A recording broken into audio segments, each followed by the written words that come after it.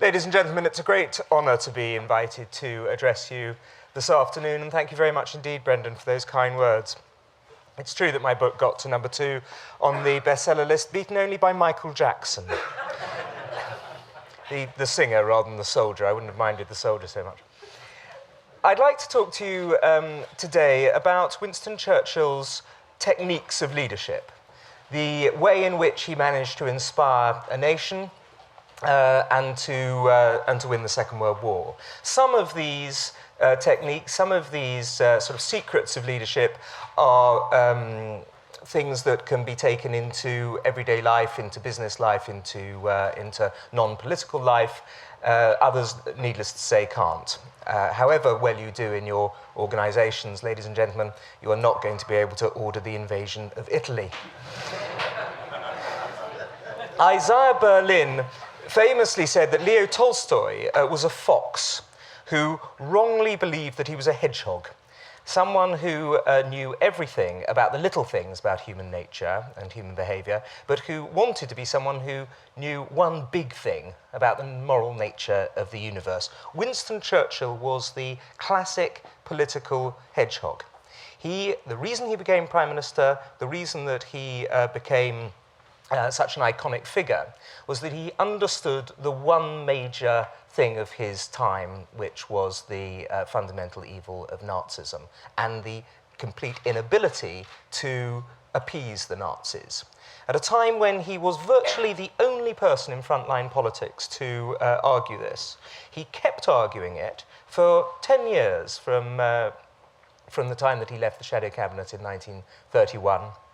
8 years at least, and he was not put off arguing it by the fact that he was written off as a warmonger, attacked in the press constantly, attacked in the House of Commons, had his judgment questioned. Those years of wilderness were what gave him the moral power, the moral courage and force to demand the premiership from the outgoing Neville Chamberlain in 1940. So he was the ultimate, history's ultimate hedgehog. And this came from his tenacity, from his foresight, and much of that came from his reading of history, his fascination for history. He was a great historian himself, of course, who won the Nobel Prize for Literature in 1953 because of his history writing, and was a lifelong reader of history. He was also, of course, immensely, as I mentioned, morally courageous, but also physically courageous. From his earliest days, when he heard bullets whistle past his ear in the northwest frontier, in the Malakand field force, when he was a young subaltern in the northwest frontier of India.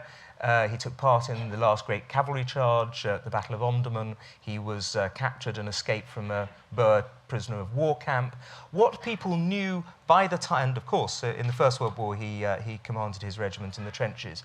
What people knew was that when they had Winston Churchill ask them for something in the Second World War that required great physical courage, he was somebody who had himself led from the front, himself was capable of demanding these things of people because they knew that he himself had that kind of courage. He had that setting of personal example.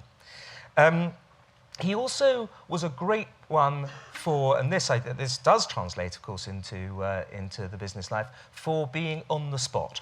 Next door, in this fantastic museum, my favourite museum in the world, needless to say, but I really recommend you to go around it afterwards, anyone who hasn't. It's a wonderful museum to his life and his achievements.